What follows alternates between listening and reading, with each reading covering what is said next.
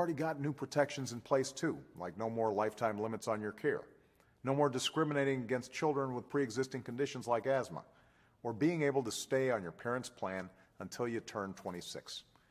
To see, as I said, is that every plan includes not only prohibitions against discriminating against people with pre-existing conditions, but also every plan should have incentives for people to use preventive services and wellness programs so that they can stay healthier.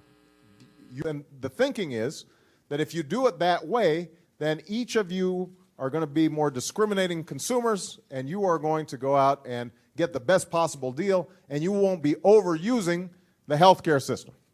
It will require, I think, patients to, as well as doctors, as well as hospitals, to be more discriminating consumers.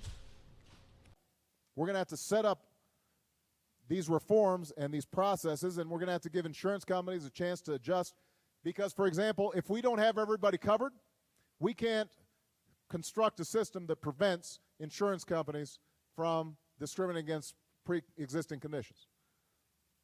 I hope everybody... Now, I have to point out that the French are properly famous for their cuisine.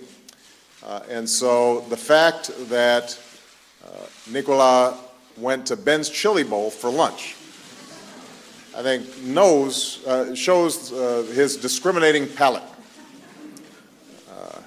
It bans employers from discriminating against the unemployed when hiring.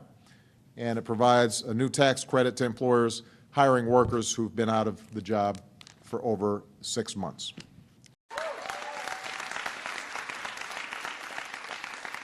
No more discriminating against kids with pre-existing conditions.